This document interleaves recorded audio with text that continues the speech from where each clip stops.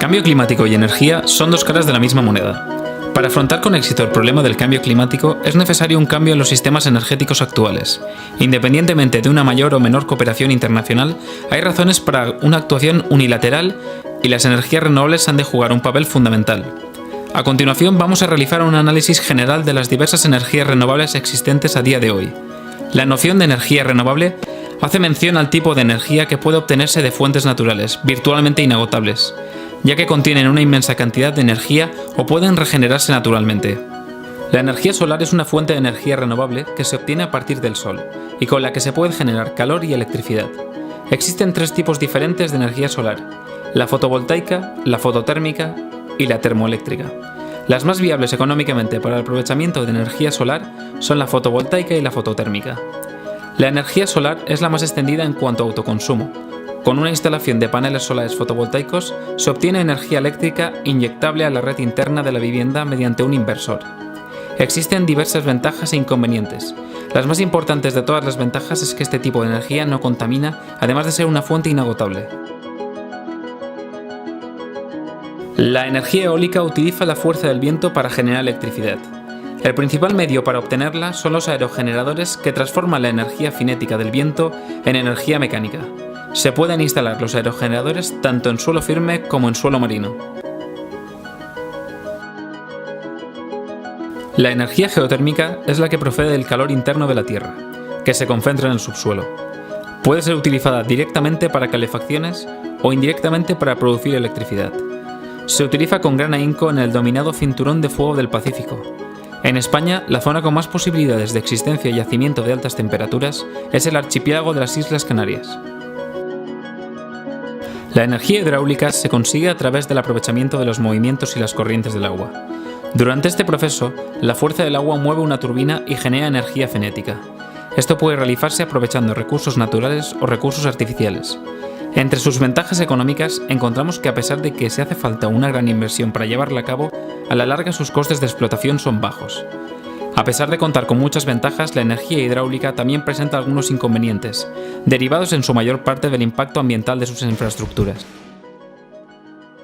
La energía mareomotriz es aquella energía que aprovecha el ascenso y descenso del agua del mar, producido por la acción gravitatoria de la Luna para generar electricidad de forma limpia, mediante un generador de la corriente de marea, una presa de marea o con energía mareomotriz dinámica. Durante los últimos años hemos observado diversas cumbres del clima que han tenido lugar en países como Río de Janeiro, Copenhague, siendo de mayor trascendencia los de los últimos años donde se puede observar un cambio en la línea argumental de la conciencia universal, como la cumbre de Kioto o la última cumbre de París donde se llegaron a acuerdos vinculantes legalmente. Para introducirnos en temas de sostenibilidad, clima y alternativas energéticas a los tradicionales combustibles fósiles, hemos quedado en un bar de Madrid con Javier Andaluz. Buenas tardes, Javier Andaluz. Deja un poco que te presente. Eres experto en cambio climático y responsable de la campaña del clima de Ecologistas en Acción. Asististe a la cumbre del clima celebrada en París, donde entre otros aspectos y otros pactos se llegó a un acuerdo donde se trata de mantener el aumento de la temperatura por debajo de los 2 grados con respecto a los niveles preindustriales, pero desde Ecologistas en Acción habláis de que esto no es suficiente y que lo ideal, o según estudios científicos, desde 1,5 grados que no se aumente. ¿Por qué esta necesidad? Sí, bueno, lo primero sería contar un poco que sí que es cierto que el Acuerdo de París recoge que el objetivo a buscarse es el del 1,5 grados. ¿Por qué el 1,5 grados y no los 2 grados centígrados? Porque lo que dice la ciencia actualmente es que hay determinados ecosistemas muy particulares, como puede ser el ejemplo de las tundras o como puede ser los océanos, donde al incrementarse por encima de 1,5 grados su temperatura empiezan a liberar otros gases de efecto invernadero, metano, dióxido de carbono, que harían que el cambio climático, el calentamiento global se alimentara muchísimo más y se propulsara muy por encima de esos 2 grados centígrados. Y por eso se defiende el 1,5 grados como el límite a perseguir. Bueno, podríamos decir que el cambio climático es una realidad, como tú estás diciendo, que nos afecta a todos. Es más, se está hablando de las actuales guerras climáticas y se pone el ejemplo de la guerra de Darfur, que fue es la primera catalogada como tal, como la primera guerra climática. Podemos llamarlo algo más actual, como la actual guerra de Siria, el comienzo de la actual guerra de Siria, ¿no? Es complejo, o sea, esos temas es complejo, o sea, está muy claro que el deterioro ambiental está muy por detrás de determinadas guerras y determinados desplazamientos. Darfur, Siria, han tenido periodos de escasez de agua tremendo. Pasa que, claro, que hay países que también han tenido esos periodos de sequía donde no ha acabado en una gran guerra, y en otros países que por su inestabilidad política y social sí que acaban en una guerra. Por eso hablamos de conflictos socioambientales, uniendo esos dos parámetros. Pero es muy evidente que en casos como Siria, como Darfur, como Senegal, no, como Somalia... También como las llamadas primavera árabe de Siria, todo venía por hambruna, que realmente venía antes por obviamente el cambio climático. La falta de recursos siempre lleva a ello. Vale, uno de los motivos principales por lo que se dice que habrá guerras en el siglo XXI es por el tema del cambio climático. Hace poco un economista, Friedman, pensaba que en el siglo XXI todos nos matarán y nos mataremos. Bueno, la primera causa de las migraciones del mundo es el cambio climático. Y volviendo a España un poco, desde Ecologistas en Acción planteasteis un manifiesto de derogación del Real Decreto 900 de autoconsumo, que, cito textualmente, se regulan las condiciones administrativas, técnicas y económicas de las modalidades de suministro de energía eléctrica con autoconsumo y producción de autoconsumo. Explicar un poco este Real Decreto 900 de autoconsumo, en qué consiste, en qué nos reporta a nosotros nuestros derechos, a los ciudadanos sobre todo, porque la gente está muy desinformada sobre este tema y parece ser que no llega con la información que debería a las personas, a la gente de a pie. Sí, bueno, o sea, tanto el Real Decreto de Autoconsumo como otra serie de reales decretos previos que hubo a ese, básicamente lo que vienen es a regular un poco un mercado que antes no estaba regulado, que era el mercado del autoconsumo, sobre todo asociado a las energías renovables. ¿Cuál es el gran problema? O sea, podemos estar de acuerdo en que necesitan un cierto marco de regulación, pero es muy distinto al que se ha planteado desde el gobierno. El gobierno habla, por ejemplo, de tasas de peaje de respaldo, que significa que si yo tengo una placa de producción energética solar instalada en mi edificio, yo tengo que pagar a una productora energética en el momento, o sea, por un supuesto concepto de que cuando yo no tenga sol y no pueda producir esa electricidad, pues la eléctrica en este caso me la va a tener que proveer. Entonces se paga una serie de tasas de peajes que lo que vienen es a desincentivar completamente el mercado del autoconsumo en las energías renovables.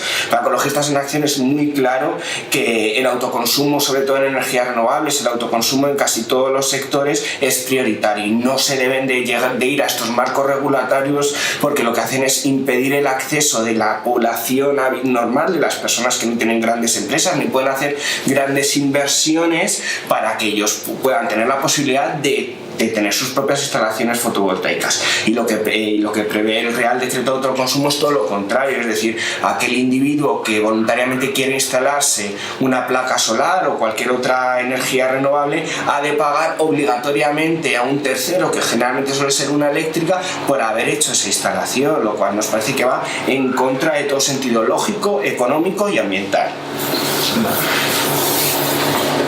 Bueno, ¿cuál es la posición de Ecologistas en Acción hacia energías renovables?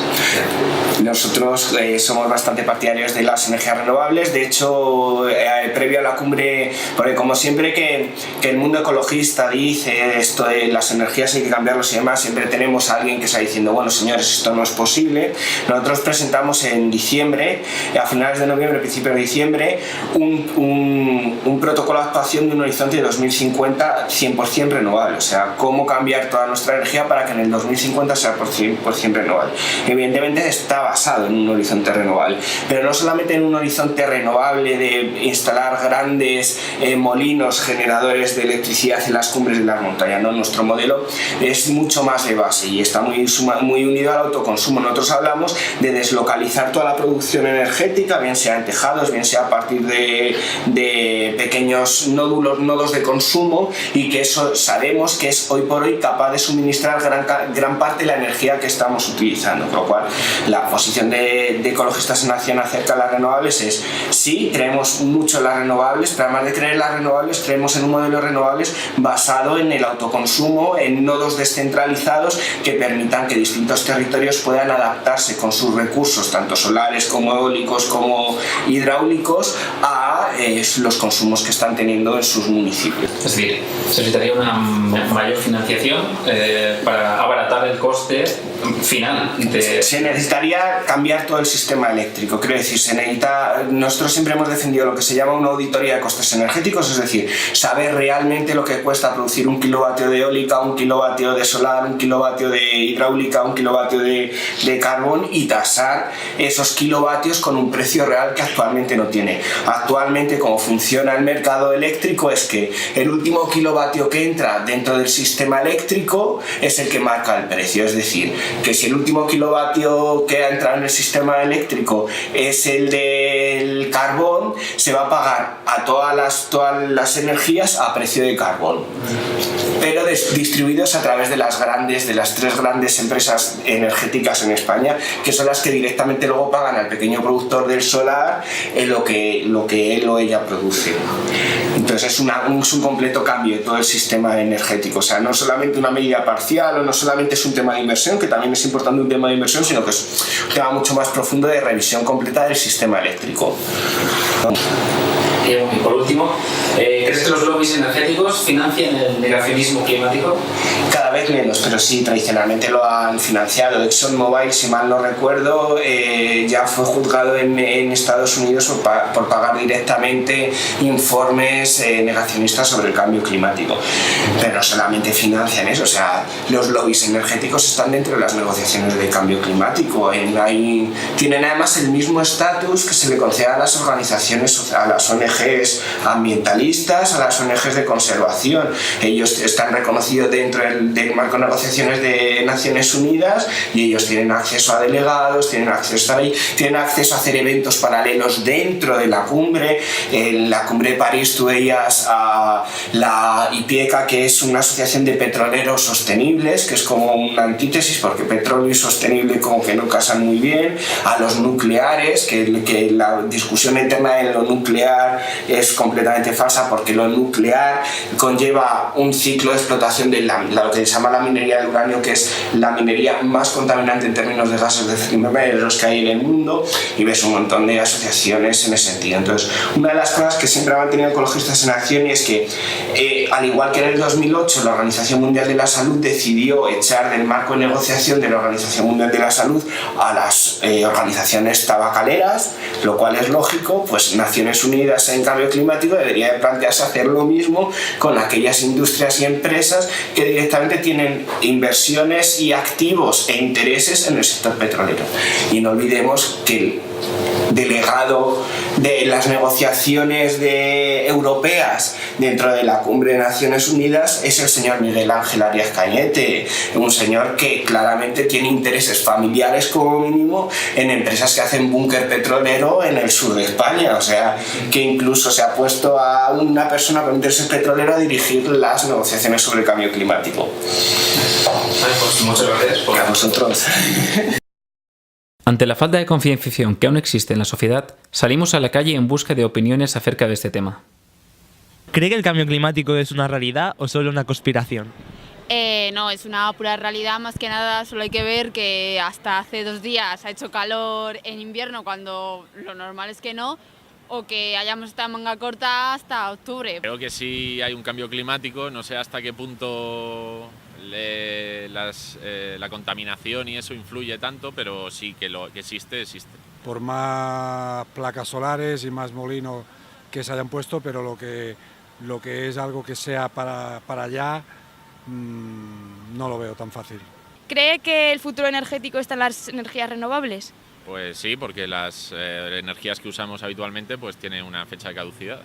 A corto plazo no, a medio plazo sería deseable que sí, pero a corto plazo todavía no. Son demasiado caras y no son capaces de satisfacer toda la demanda. ¿Y cree que el gobierno limita el desarrollo o la implantación de este tipo de energías? Yo creo que sí, que lo limita. Lo limita porque creo que hay hay un mercado y hay unas industrias que está alrededor de todo el tema de la energía, y aquí se habla de grandes capitales, de grandes fortunas, que no es fácil de quitar del medio. El futuro está en las renovables a todos los niveles, entonces necesitamos acabar con el combustible fósil, porque Madrid es una ciudad perfecta, o sea, totalmente contaminada, y hace falta cambiar el chip. ¿Y estaría dispuesta a pagar un mayor precio por la energía si el consumo de esta no perjudicara al planeta? Yo no. Yo particularmente no.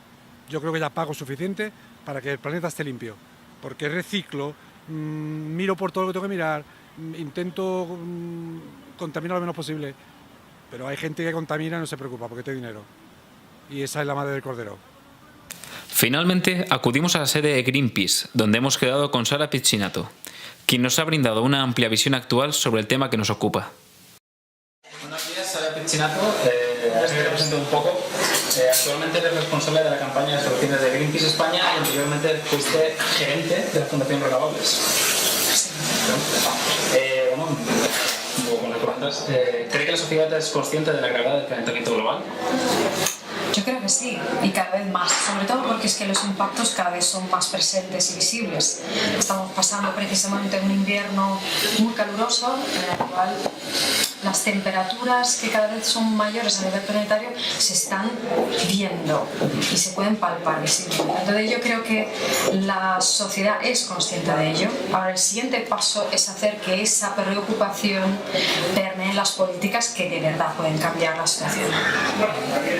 Bueno, ¿cuál es el país o países que mejor cree que están haciendo en materia de renovables y de lo que cree que podríamos coger ejemplo de ellos?